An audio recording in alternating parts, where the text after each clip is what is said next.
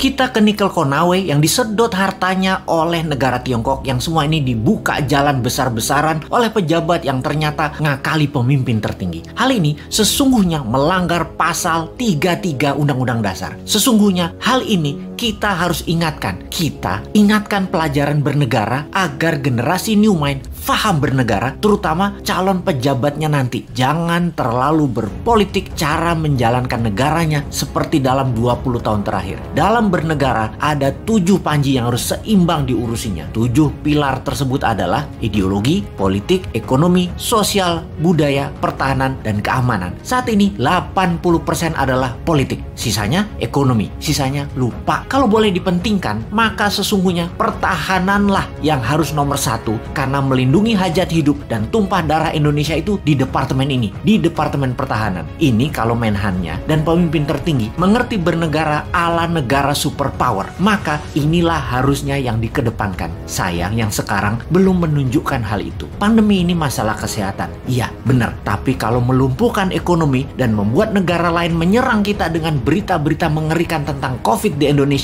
dan pemerintah saat ini tidak mengcounternya, ini menunjukkan lemahnya hubungan internasional dan pertahanan luar negeri Indonesia. Tidak ada counter propaganda di luar negerinya. Berita Indonesia demikian parahnya di luar negeri. Seakan pandemi di Indonesia itu paling parah, lebih parah dari India yang memapar hampir 30% manusia di India. Sementara di Indonesia itu hanya 10%-nya India, tapi citranya di luar negeri lebih parah. Itu saja contoh bagaimana bernegara Indonesia itu jago kandang. Dan ini berbahaya. Itu nanti oleh New Mind tidak boleh terjadi lagi. Represif menekan itu jangan ke rakyat, tapi negara lain yang merugikan kita itu yang ditekan. Kembali ke negara berdaulat dan pejabatnya faham bernegara. Maka setiap langkah harus menguntungkan masyarakat adalah wajib, serta melindungi tumpah darah Indonesia itu adalah wajib. Lalu kita semua tahu apa yang namanya nation interest. Setiap negara punya tujuan bernegaranya. Demikian juga negara besar seperti Tiongkok. Negara ini mau menantang Amerika sebagai New World Order, sebagai sheriffnya dunia. Di kampanyenya mereka selalu manis, tidak mau perang tapi maunya dagang. Dan ternyata dagangnya selalu menguntungkan Tiongkok lebih banyak dan mengambil bahan baku negara lain. Tetapi propagandanya manis, Tiongkok mau bantu, Tiongkok bantu. Sungguh, kalau negara mau menjadi negara superpower, maka negara tersebut harus ada yang didominasi. Makanya Tiongkok yang telah mendominasi perdagangan dunia, mendominasi distribusi dunia, mendominasi produk murah, mau mendominasi energi yang namanya baterai.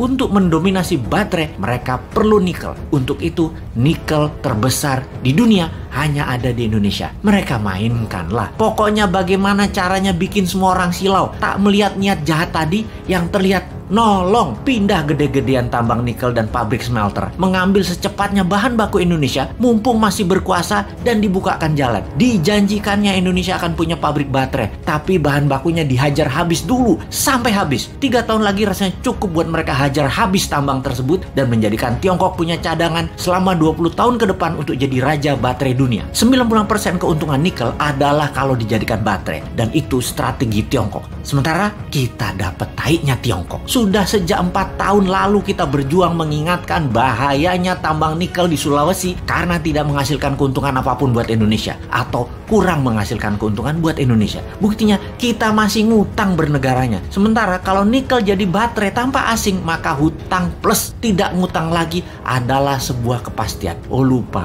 doktrin di kepala para pejabat Indonesia saat ini kan Indonesia tidak mampu berdiri sendiri tanpa asing. Wahai pejabat, realistiklah. Kalau nikel tambangnya membuat kita kaya, saat ini kita nggak ngutang lagi sekarang. Tetapi mengapa masih ngutang? Mengapa masih naikin pajak? Pejabat tertinggi, sadarlah. Pejabat-pejabat tadi berlindung di balik kebaikan Anda. Namun sesungguhnya kebijakan mereka membahayakan Indonesia, anak cucu Anda, dan anak cucu kita. Time to plan and action.